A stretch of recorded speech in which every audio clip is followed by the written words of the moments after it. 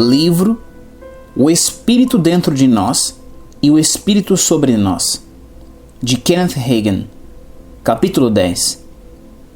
Testemunhando para a sua família a respeito do batismo no Espírito Santo. Talvez o Senhor não vá guiar você da mesma forma que Ele me guiou, em testemunhar a respeito do batismo no Espírito Santo para a sua família. E não há problema nisso. Quando eu tive que lidar com minha mãe, minha irmã e irmãos, meus avós maternos e meus tios, irmãos da minha mãe, eu nunca disse uma palavra a respeito de Deus ou de Jesus. Eu nunca tentei fazer com que eles fossem salvos. Nunca os convidei a irem me ver pregar. Parecia que eu estava sendo guiado a não fazê-lo. Alguma coisa me impedia. Eu falei para mim mesmo: eu creio que quando eles simplesmente virem em mim a realidade de ser nascido de novo, eles também vão querer. E todos eles, sem faltar nenhum, fizeram a mesma escolha que eu fiz. Cada um deles aceitou a Jesus e nasceu de novo. Eles viram a realidade do novo nascimento. E a mesma coisa deveria acontecer em relação ao batismo no Espírito Santo. Não é apenas uma experiência que vai me dar algo, dar dias bons e me alegrar. Não, é um revestimento de poder para o serviço. E a diferença em meu serviço deveria ser notória após o batismo no Espírito Santo. Vamos olhar alguns textos bíblicos a respeito do batismo no Espírito Santo. Esse revestimento de poder vindo do céu para nós. Vamos ver o que aqueles que estavam no dia de Pentecostes presenciaram. Atos 2, do 1 ao 4. Ao cumprir-se o dia de Pentecostes, estavam todos reunidos no mesmo lugar. De repente veio do céu um som, como de um vento impetuoso, e encheu toda a casa onde estavam assentados. E apareceram distribuídas entre eles línguas como de fogo, e pousou sobre cada um deles. Todos ficaram cheios do Espírito Santo e passaram a falar em outras línguas, segundo o Espírito lhe concedia que falassem. Aqui, essa experiência é chamada de ser cheio do Espírito Santo. João profetizou: eu vos batizo com água para arrependimento, mas aquele que vem depois de mim é mais poderoso do que eu, cujas sandálias não sou digno de levar. Ele vos batizará com o Espírito Santo e com fogo. Mateus 3,11. Veja também Lucas 3,16. Olhando para essa experiência do ponto de vista daquilo que Jesus faz, uma pessoa é batizada com o Espírito Santo. E olhando do ponto de vista do cristão, a pessoa recebe o Espírito Santo. Ou também podemos dizer que ela é cheia do Espírito Santo. Como eu disse anteriormente, discutir sobre assuntos da Bíblia é como escalar uma montanha. Quando você escala pelo lado norte da montanha, você terá uma vista. E quando você escala pelo lado sul, você terá uma vista totalmente diferente. Mesmo ainda sendo a mesma montanha. A mesma coisa se aplica a doutrinas e assuntos da Bíblia. A visão que você tem vai depender de que lado da montanha você está. Qual é a visão correta? A do lado norte ou a do lado sul? Você pode perguntar. As duas são corretas. A sua visão muda de acordo com o lado em que você está.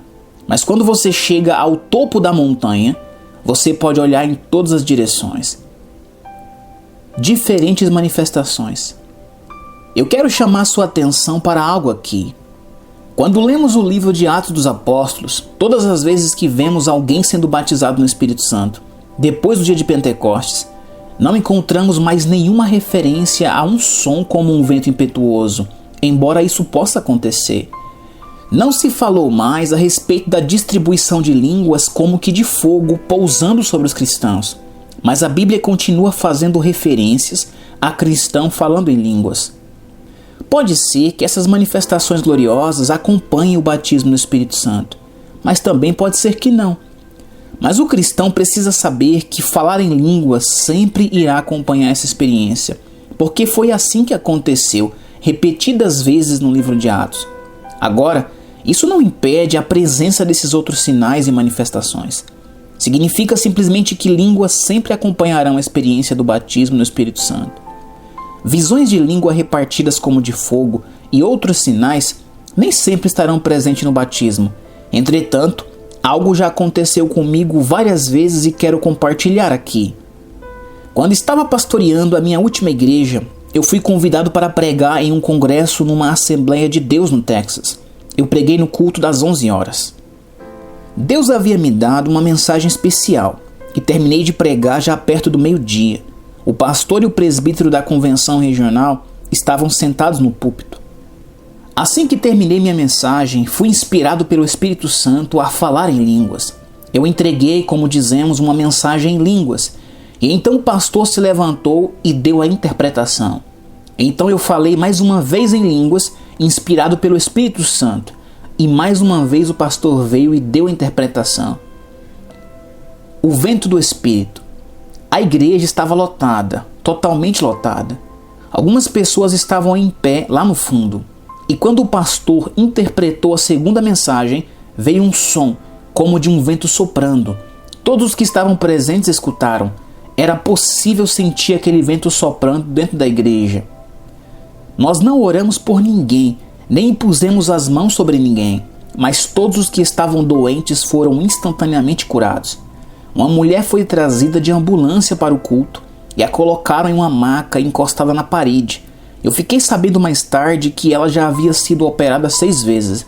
Ela parecia um defunto, a própria figura da morte. Os médicos já haviam dito que não iriam operá-la de novo. Eles falaram: não há mais nada que possamos fazer. Já era para ela estar morta. Eu nunca vou me esquecer do que aconteceu depois, porque eu vi acontecer. Quando aquele vento começou a soprar por todo o templo, ninguém tocou nela. Ela deu um salto daquela maca e começou a correr pelos corredores, completamente curada. Isso aconteceu em um congresso das Assembleias de Deus. Era principalmente para pastores e líderes daquela denominação. Eu fiquei sabendo depois que alguns dos que estavam lá ainda não eram batizados com o Espírito Santo, e que quando o vento soprou, todos os que não eram batizados receberam o Espírito Santo. Havia também pessoas que ainda não eram cristãs. Uma mulher havia chamado a sua vizinha para ir ao culto daquele dia. No mês seguinte, eu fiz uma cruzada nessa mesma igreja e aquela vizinha veio dar o seu testemunho. Ela disse: eu pensava que eu era salva porque eu ia à igreja. Eu comecei a ir à igreja ainda criança, mas eu não sabia se já havia nascido de novo. Toda vez que a moça que me trouxe para a cruzada no mês passado vinha falar comigo sobre nascer de novo, eu falava: eu vou para a igreja, eu estou bem. Mas eu não fazia nem ideia do que ela estava falando. Então naquele culto, eu estava sentada do lado da minha vizinha, e quando aquele vento começou a soprar, eu nasci de novo e fui batizada no Espírito Santo e comecei a falar em línguas, e também fui liberta do cigarro instantaneamente. Por mais de uma vez eu vi e senti o sopro desse vento. Outras vezes eu não ouvi nada, mas senti, assim como outras pessoas também sentiram. Neste caso foi como um vento muito poderoso. Outras vezes parecia uma brisa suave.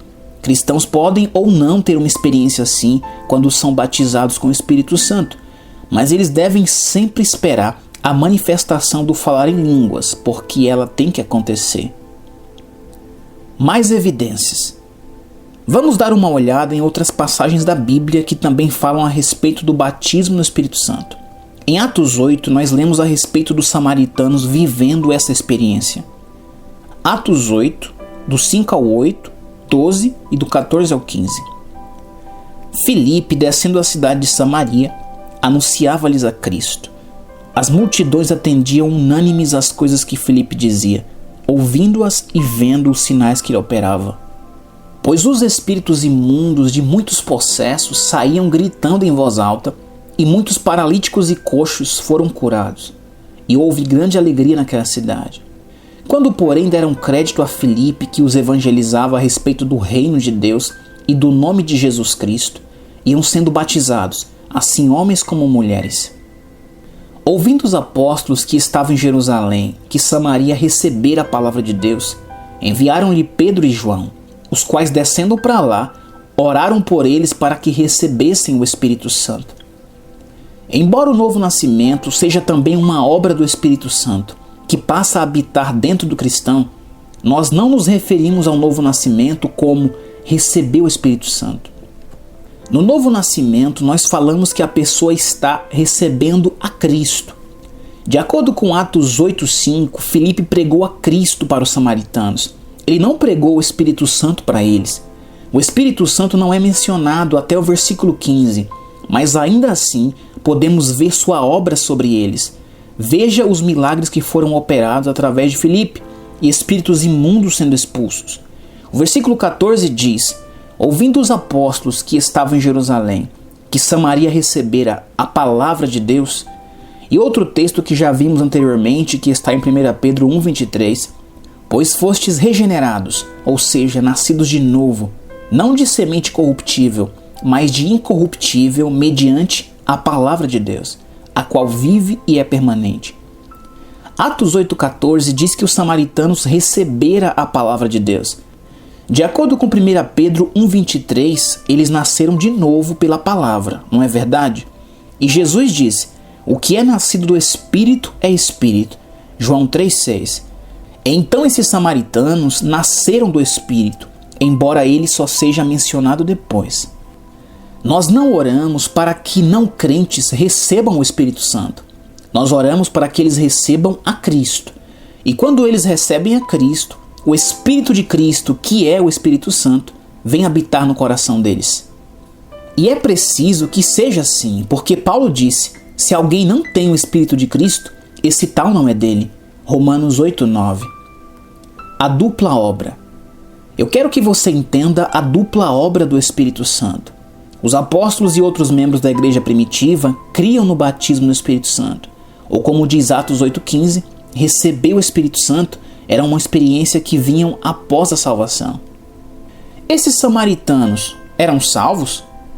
Bem, Jesus não disse aos seus discípulos em Marcos 16, 15 e 16: ide por todo o mundo e pregai o evangelho a toda criatura? Quem crê e for batizado será salvo? E nós acabamos de ler que os samaritanos creram e foram batizados. Então, de acordo com o que Jesus disse, eles foram salvos. E temos outra testemunha. De acordo com Pedro, esses samaritanos foram salvos. Atos 8,14 diz: ouvindo os apóstolos que estavam em Jerusalém, que Samaria recebera a palavra de Deus, enviaram-lhe Pedro e João. Quem é a palavra de Deus? Jesus é a palavra de Deus. João capítulo 1, versículo 1 e 14. Jesus é a palavra viva. 1 Pedro 1,23. Então esses samaritanos receberam a Jesus, não foi? Eles receberam a Cristo.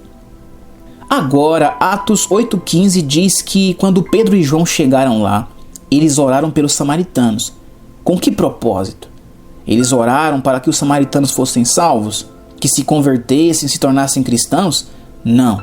Eles oraram para que recebessem o Espírito Santo. Lucas, o escritor do livro de Atos, não disse que o Espírito Santo já não estava presente em Samaria, porque ele estava lá. Ele tinha que estar lá, pois Filipe estava cheio do Espírito Santo. Sabemos disso porque Filipe era um dos que serviam a mesa para os discípulos em Jerusalém. Os apóstolos disseram aos outros discípulos: mas irmãos, escolhei dentre vós 7 homens de boa reputação, cheios do Espírito. Atos 6,3. Então o Espírito Santo já estava trabalhando em Samaria antes que Pedro e João chegassem de Jerusalém. Jesus disse aos seus discípulos: eis que eu estou convosco todos os dias. Mateus 28:20. E também: de maneira alguma te deixarei, nunca, jamais te abandonarei. Hebreus 13:5.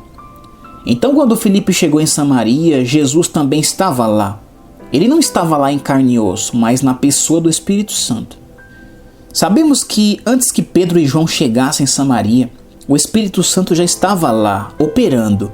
Foi ele quem recriou o espírito dos samaritanos quando eles receberam a palavra de Deus. Ele fez com que eles se tornassem novas criaturas em Cristo. Agora veja o versículo 16. Porquanto não havia ainda descido sobre nenhum deles o Espírito Santo. E lembre-se do que Jesus disse: mas recebereis poder ao descer sobre vós o Espírito Santo. Atos 1:8. Mas de acordo com Atos 8:16, não havia ainda descido sobre nenhum deles, mas somente haviam sido batizados em o nome do Senhor Jesus.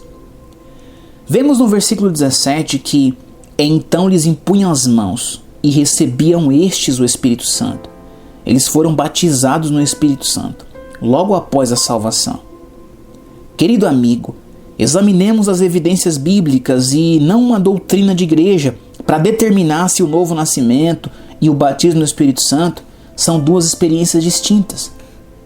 E vimos claramente na palavra que elas são diferentes. Conhecendo Jesus. Vamos dar uma olhada em outro versículo que segue essa mesma linha. Atos 9:17. Então Ananias foi e, entrando na casa, impôs sobre ele as mãos, dizendo: Saulo, irmão, o Senhor me enviou, a saber, o próprio Jesus que te apareceu no caminho por onde vinhas, para que recuperes a vista e fiques cheio do Espírito Santo.